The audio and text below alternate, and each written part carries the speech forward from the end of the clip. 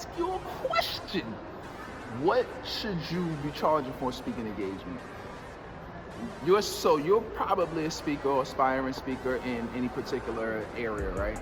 But you're trying to figure out, okay, I don't know how I should charge my rates. Maybe you just getting started. Maybe you haven't done any speaking engagements yet. Maybe you did a few already, or maybe you established and it's like, okay, how do I know what's a good transition? And generally, a rule of thumb that I think about, and when I got started, by the way, I had no idea what to do. I was just out there just doing free.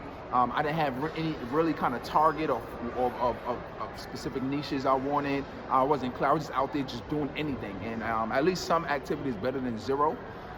But when you're specifically trying to figure out what should I charge, for me, it's not necessarily the same thing every speaking engagement. To me, all speaking engagements are not created equal. So it depends on what you're offering. So I'm gonna give you a couple things to think about. One, you could think about, okay, well, how long have you been doing this for, right? How confident are in what you're teaching, right? And this is just more internal stuff starting with.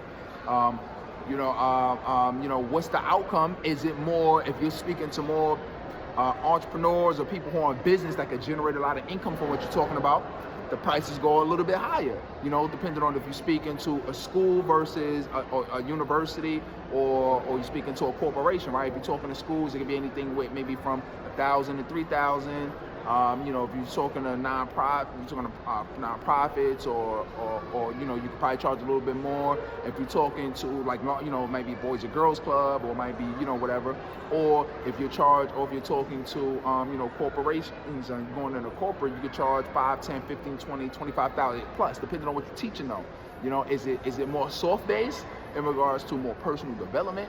Or is it more you helping people with a specific business skill? Like if you're going in to help a sales team and you know that if you're going in and you helping them with the sales information that they can raise this month, maybe they could raise an extra $100,000, right? Because you're training their sales force, you're gonna charge a little bit more for that. You know what I'm saying? So it depends on, are you helping them something with business versus if it's just more personal development, right? So think about that.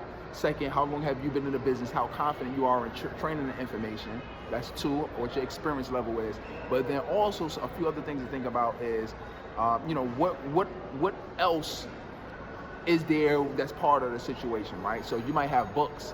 Well, are they buying a certain amount of books from you? Because you might charge less if they're buying, let's say, 50 books from you if you want to speak to a group of 50, so I'll say, okay, well, all right, so that's originally what I would charge, but you know what, because you're buying these books for them, boom, right? Because there may be some additional opportunity for people who are reading your book to say, I want to work with you more closely. So you got to consider that opportunity.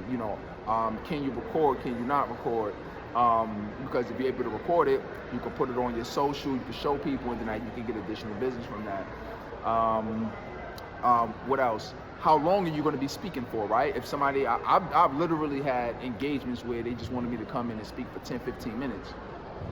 Are you going to charge for that, right? If you do, if it's something that's non-business related, I don't know. Maybe you only charge $100 or whatever the case is, right?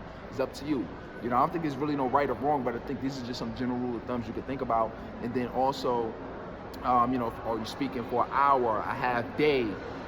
You know what I'm saying? So those are just some kind of the things that you want to think of, but generally, just as a rule of thumb, that maybe if it's a nonprofit, if you're just getting started, it's okay to charge $100, $300, $500, depending on how large the crowd is. Are you taking into consideration that the event you're speaking to, people are not paying to get into the venue, right? Versus, okay, well, people are paying $10, $15, $20, $50 to get into this event.